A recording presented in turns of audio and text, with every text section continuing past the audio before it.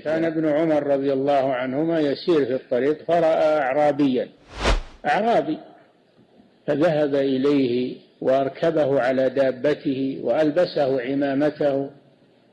قالوا: يا أبا عبد الرحمن، هذا أعرابي يكفيه أقل من هذا. قال: هذا صديق لعمر. قال: إنه صديق لعمر، فأكرمه هذا الإكرام عملا بهذا الحديث.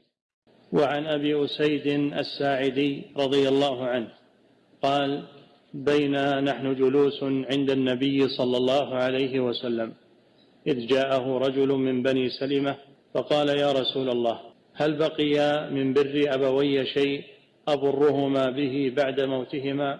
فقال: نعم، الصلاة عليهما. الصلاة يعني الدعاء، الصلاة عليهما يعني الدعاء، تدعو لهما. نعم. والاستغفار لهما. نعم، طلب المغفرة لهما. نعم.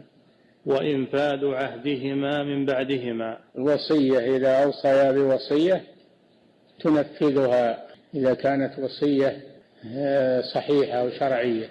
نعم، تنفذها. إذا كان عليهما ديون تسددها عنهما.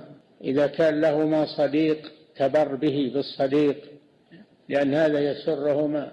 نعم.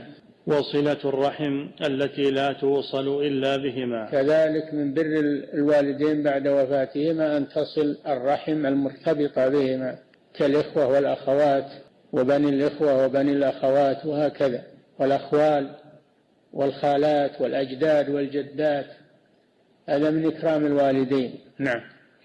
وصلة الرحم التي لا توصل إلا بهما وإكرام صديقهما. إكرام صديقهما إذا كان لهما صديق تكرمه لأن هذا يسرهما وهم أموات. نعم. رواه أبو داود وابن ماجه، والأحاديث في هذا المعنى كثيرة جدا. كان ابن عمر رضي الله عنهما يسير في الطريق فرأى أعرابي